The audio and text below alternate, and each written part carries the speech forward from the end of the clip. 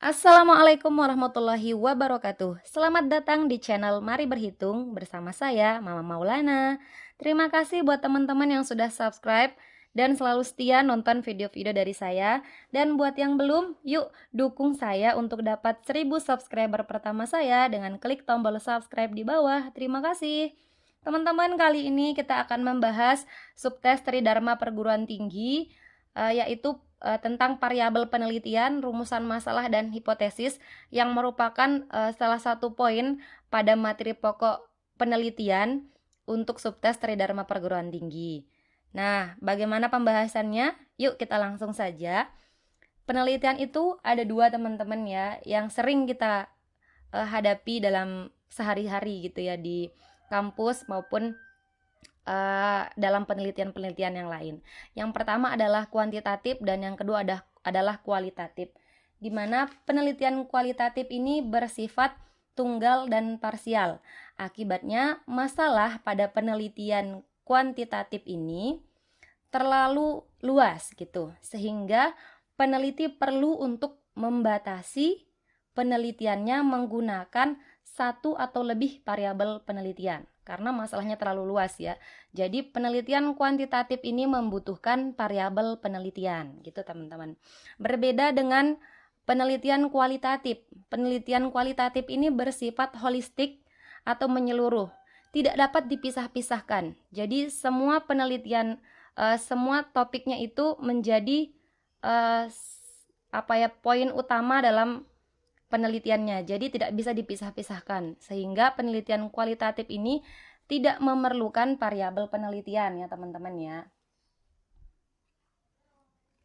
Karena dalam penelitian kualitatif ini peneliti tidak akan menetapkan penelitiannya hanya berdasarkan variabel penelitian, tetapi keseluruhan situasi sosial yang diteliti meliputi aspek tempat, pelaku, aktivitas, dan yang lain-lainnya yang berkaitan dengan yang ingin diteliti oleh peneliti tersebut gitu.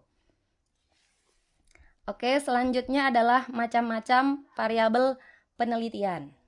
Yang pertama adalah variabel independen. Ini sering disebut sebagai variabel stimulus. Kemudian variabel prediktor, variabel bebas. Kalau yang istilah Indonesianya variabel bebas ya. Nah, variabel ini adalah variabel yang mempengaruhi atau yang menjadi sebab perubahannya atau timbulnya variabel dependen gitu teman-teman. Itu yang pertama. Kemudian yang kedua adalah variabel dependen atau variabel output, kriteria, konsekuen. Kalau bahasa Indonesianya itu variabel terikat teman-teman ya, variabel terikat. Variabel yang dipengaruhi atau yang menjadi akibat karena adanya variabel bebas. Gitu teman-teman. Jadi yang umum kita ketahui ini yang dua ya, variabel independen atau variabel bebas yang menjadi sebab. Ini yang saya buat biru ini saja yang perlu kita ingat. Kemudian yang kedua adalah variabel dependen atau variabel terikat yang menjadi akibat gitu, sebab akibat. Seperti itu teman-teman ya. Nah, ada juga variabel yang lain, yaitu variabel moderator, variabel yang mempengaruhi, memperkuat atau memperlemah hubungan antar variabel independen dan dependen. Misalkan, saya ingin meneliti tentang hubungan perilaku suami dan istri. Hubungan perilaku suami dan istri akan semakin baik atau semakin kuat kalau memiliki anak, dan akan semakin renggang kalau ada pihak ketiga yang ikut mencampurinya. Nah, di sini anak termasuk dari variabel yang memperkuat, sedangkan pihak ketiga termasuk dari variabel yang memperlemah, teman-teman. Oke, kemudian variabel berikutnya adalah variabel intervening.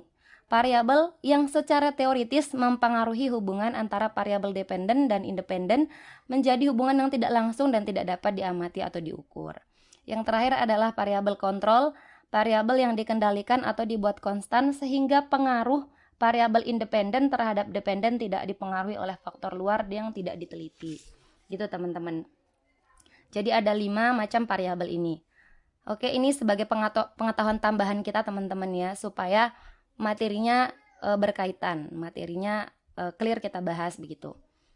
Oke, selanjutnya adalah rumusan masalah. Apa itu rumusan masalah? Rumusan masalah adalah suatu pertanyaan yang akan dicari jawabannya melalui pengumpulan data. Jadi, rumusan masalah itu bentuknya pertanyaan, teman-teman. Intinya adalah dia berbentuk pertanyaan. Kemudian, bentuk-bentuk rumusan masalah penelitian itu yang pertama adalah rumusan masalah deskriptif. Bentuknya adalah pertanyaan terhadap variabel. Gitu, teman-teman. Bagaimana contohnya? Contohnya misalkan seberapa baik kepemimpinan Pak Jokowi misalkan, atau bagaimana sikap masyarakat terhadap kepemimpinan Pak Jokowi, misal seperti itu. Itu rumusan masalah deskriptif, bentuknya pertanyaan terhadap variabel. Kemudian yang kedua adalah rumusan masalah komparatif. Bentuknya adalah membandingkan keberadaan dua variabel atau lebih. Bagaimana contohnya? Contohnya adalah, adakah perbedaan produktivitas kerja antara pegawai negeri, BUMN, dan swasta, misalkan seperti itu. Jadi dibandingkan antara produktivitas kerja pegawai negeri, BUMN, dan swasta gitu. Intinya bentuknya adalah membandingkan beberapa variabel, boleh 2 atau lebih. Itu rumusan masalah komparatif. Kemudian yang ketiga adalah rumusan masalah asosiatif.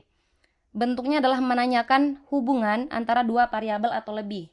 Misalkan, adakah hubungan antara banyaknya semut di pohon dengan tingkat manisnya buah? Gitu. Jadi ditanyakan, kalimatnya adalah bentuk pertanyaan terkait hubungan. Gitu ya, teman-teman ya. Itu salah satu contohnya. Atau misalkan contoh yang lain, adakah hubungan antara warna rambut dengan kemampuan memimpin? Misalkan semakin mau diteliti semakin putih rambutnya, misalkan semakin bagus dia memimpin. Misal, itu misal ya teman-teman ya. Oke, selanjutnya adalah hipotesis penelitian. Apa itu hipotesis penelitian? Nah, hipotesis penelitian ini adalah jawaban sementara terhadap rumusan masalah penelitian, di mana rumusan masalah penelitian telah dinyatakan dalam bentuk kalimat pertanyaan. Ya, tadi kan kita sudah membahas tentang rumusan masalah. Bentuknya adalah kalimat pertanyaan, semuanya bentuknya pertanyaan. Nah, sekarang hipotesis penelitian itu adalah jawaban sementara dari rumusan masalah tersebut. Oke, teman-teman.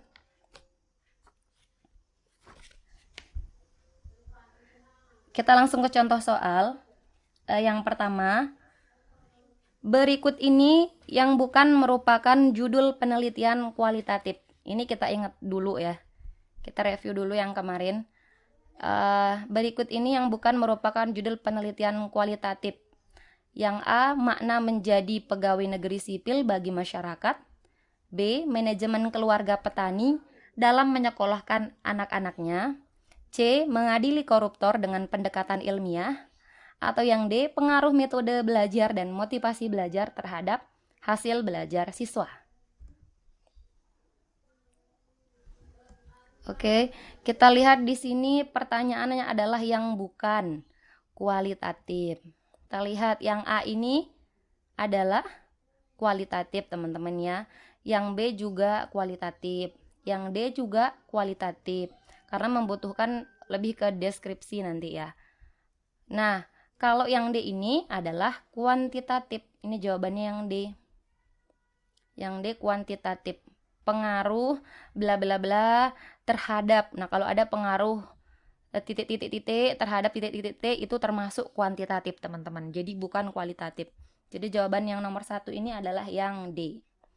Oke, selanjutnya nomor 2. Jika diketahui judul penelitian, pengaruh metode ceramah dan metode diskusi terhadap hasil belajar siswa SD Sukamaju, maka berikut ini yang tidak termasuk variabel penelitian.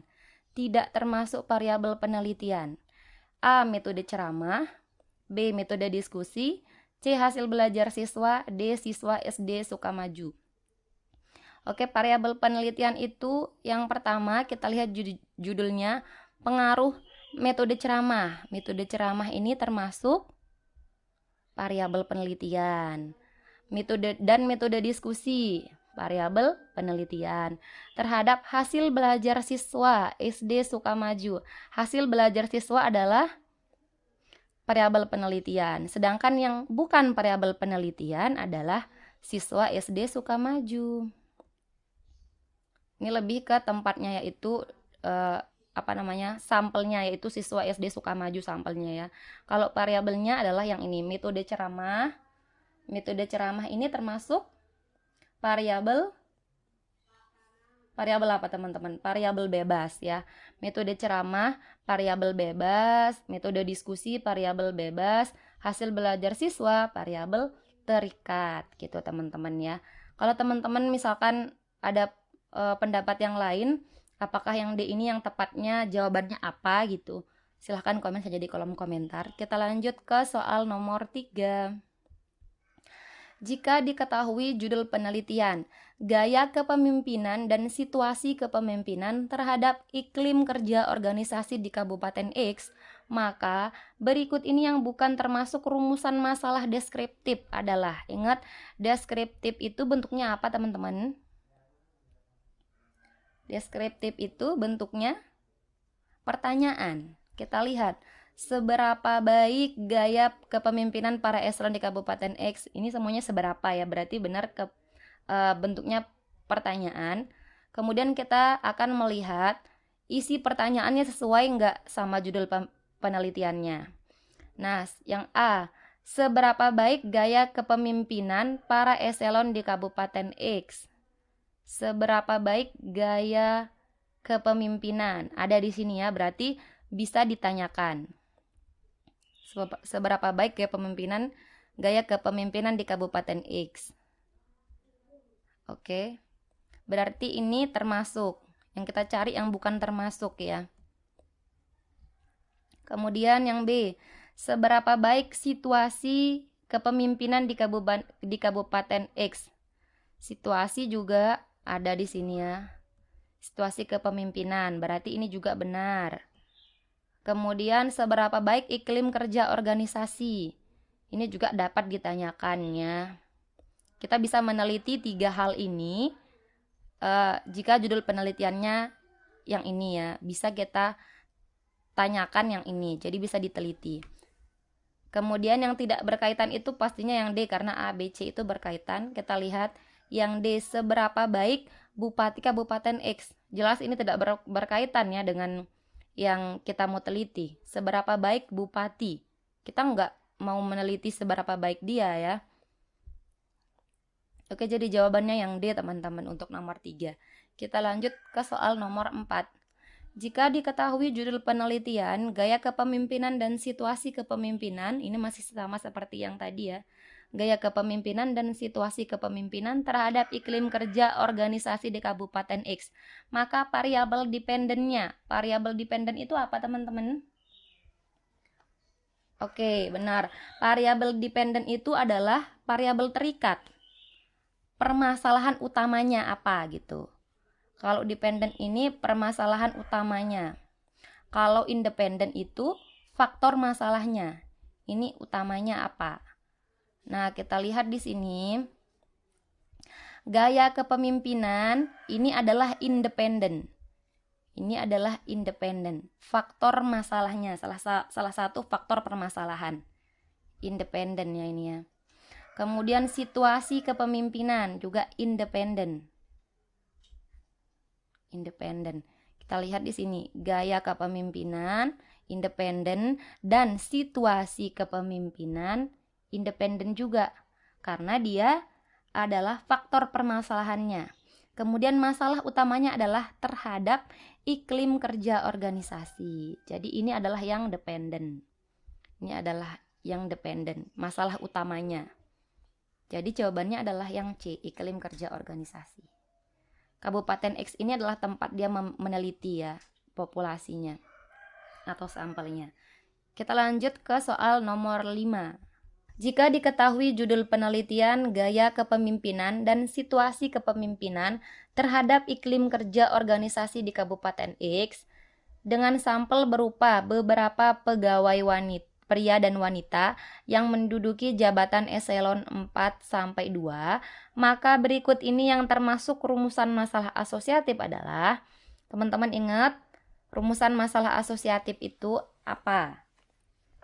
Oke, rumusan masalah asosiatif itu yang menanyakan hubungan ya teman-teman ya. Kita lihat di sini yang A. Adakah perbedaan gaya kepemimpinan secara signifikan antara eselon 2, 3, dan 4? Kalau nanyain adakah perbedaan, maka ini komparatif. Ini termasuk komparatif teman-teman. Komparatif. Oke. Kemudian yang B, adakah perbedaan situasi kepemimpinan yang signifikan? Ini termasuk komparatif juga. Komparatif. Kita carinya yang asosiatif teman-teman ya. Asosiatif itu yang ada hubungannya. Oke. Yang C, adakah hubungan yang positif dan signifikan antara gaya kepemimpinan dengan iklim kerja organisasi? Oke, berarti ini jawabannya. Hubungan. Adakah hubungan positif? Ini adalah rumusan masalah asosiatif teman-teman ya. Kita lihat adakah hubungan yang positif dan signifikan antara gaya kepemimpinan dengan iklim kerja. Oke teman-teman, jadi jawaban yang C ya. Kalau yang D ini seberapa baik situasi kepemimpinan di Kabupaten X, ini adalah rumusan masalah deskriptif. Kalau pertanyaannya seberapa baik, itu termasuk deskriptif teman-teman. Oke, kita lanjut ke soal yang nomor 6. Jika diketahui rumusan masalah adalah seberapa baik gaya kepemimpinan para eselon di Kabupaten X, maka hipotesis jawaban sementara yang tepat adalah A. Gaya kepemimpinan sangat baik. Kemudian terdapat hubungan antara gaya kepemimpinan para eselon dan iklim kerja. Yang C, terdapat perbedaan gaya kepemimpinan dan iklim kerja. Dan yang terakhir yang D, gaya kepemimpinan para eselon di Kabupaten X sama dengan 75% dari yang diharapkan. Oke, kalau pertanyaannya atau rumusan masalahnya seberapa baik kepemimpinannya, maka yang A ini tidak bisa dikatakan jawabannya karena ini masih bersifat gaya kepemimpinannya sangat baik. Masih relatif ya. Sangat baik itu menurut orang yang A dan orang yang B tentu berbeda. Jadi nggak bisa langsung kita nyatakan hipotesis kita dengan gaya kepemimpinannya sangat baik. Udah gitu aja nggak bisa. Nah, kalau yang B ini bukan jawaban dari yang ini ya. Kalau ditanyakan misalnya kalau rumusan masalahnya adakah hubungan antara? Nah, baru jawabannya adalah terdapat hubungan. Jadi ini bukan jawabannya juga. Kemudian yang C, terdapat perbedaan. Ini kalau pertanyaannya misalkan adakah perbedaan gaya kepemimpinan gitu. Mungkin jawabannya bisa yang ini. Tapi kalau yang seberapa baik, maka ini bukan jawabannya. Berarti jawaban yang tepat adalah karena A, B, dan C salah, maka jawabannya adalah yang D. Seberapa baik gaya kepemimpinannya, maka jawabannya adalah gaya kepemimpinan para eselonnya sama dengan harus kita buat menjadi angka karena ini bentuknya penelitian. Harus real gitu, 75% dari yang diharapkan. Gitu teman-teman. Jadi jawabannya adalah untuk nomor 6 ini adalah yang D. Selanjutnya adalah yang nomor 7. Jika diketahui rumusan masalahnya adalah adakah perbedaan iklim kerja organisasi yang signifikan antara organisasi yang dipimpin pria dan wanita, maka hipotesis atau jawaban sementara yang tepat adalah, ingat kalau adakah perbedaan rumusan masalahnya, berarti jawabannya atau hipotesisnya adalah terdapat perbedaan. Terdapat perbedaan. Kita lihat yang A, terdapat perbedaan. Yang B, terdapat perbedaan. Yang C juga begitu, yang D juga begitu. Sekarang kita lanjutkan. Terdapat perbedaan iklim kerja organisasi. Iklim kerja organisasi. Kita baca dulu deh. Yang A, terdapat perbedaan gaya kepemimpinan yang signifikan antara pemimpin pria dan wanita. Gaya kepemimpinan ditanyakan enggak? Gaya kepemimpinan. Sedangkan di rumusan masalahnya ini iklim kerja organisasi yang ditanyakan, berarti bukan yang ini ya. Oke, selanjutnya yang B. Terdapat perbedaan iklim kerja. Nah, ini yang ditanyakan memang iklim kerja ya. Yang signifikan antara organisasi yang dipimpin pria dan wanita. Oke, signifikan antara organisasi yang dipimpin pria dan wanita. Udah sesuai teman-teman ya. Kalau pertanyaannya adakah perbedaan, berarti jawabannya terdapat perbedaan. Iklim kerja antara organisasi yang dipimpin pria dan wanita, berarti jawabannya adalah yang B. Yang C dan D tidak perlu dicek. Kalau teman-teman mau cek boleh juga sih, tapi ini tidak ada kaitannya. Ini yang C aja udah pimpinan eselon yang dibicarakan. Oke, yang D juga hubungan ini ya, maaf. Terdapat hubungan, berarti ini bukan jawabannya. Karena yang ditanyakan adakah perbedaan, bukan adakah hubungan. Berarti yang D juga bukan jawabannya. Jadi untuk yang nomor 7 ini jawabannya adalah yang B, teman-teman. Kita lanjut ke nomor 8. Jika diketahui rumusan masalahnya adalah adakah hubungan yang positif dan signifikan antara gaya belajar dan hasil UAN, maka hipotesis jawaban sementara yang tepat adalah, ingat kalau pertanyaannya adakah hubungan, maka hipotesisnya adalah terdapat hubungan. Kita lihat di sini. Kalau A terdapat perbedaan, berarti sudah salah. Yang B terdapat hubungan. Kita lanjutkan, adakah hubungan yang positif dan signifikan? Berarti jawabannya terdapat hubungan yang positif dan signifikan antara gaya belajar dan hasil UAN. Benar ya, gaya belajar dan hasil UAN. Berarti jawabannya yang B. Kalau yang C ini langsung ke gaya belajar. Kalau yang D hasil UAN, berarti tidak nyambung sama rumusan masalahnya. Karena hipotesis dan rumusan masalah itu harus berkaitan, teman-teman. Jadi jawaban nomor 8 ini adalah yang B. Oke, kita lanjut nomor 9. Diketahui judul penelitian adalah pengaruh hukuman dalam bentuk bimbingan jasmani terhadap kedisiplinan belajar murid di SD Sukamaju. Maka variabel independennya adalah, ingat teman-teman, variabel independen itu adalah variabel bebas. Independen ini adalah variabel bebas ya teman-teman ya. Variabel bebas. Tuh. Variabel bebas. Nah, variabel bebas itu berarti dia merupakan faktor masalahnya, bukan masalah utama tapi faktor masalahnya. Kita lihat di sini. Yang A, hukuman dalam bentuk bimbingan jasmani. B, hukuman pada siswa. Yang C, kedisiplinan belajar. Dan yang D, hukuman dalam bentuk bimbingan rohani. Jawaban yang tepat itu adalah yang A, teman-temannya.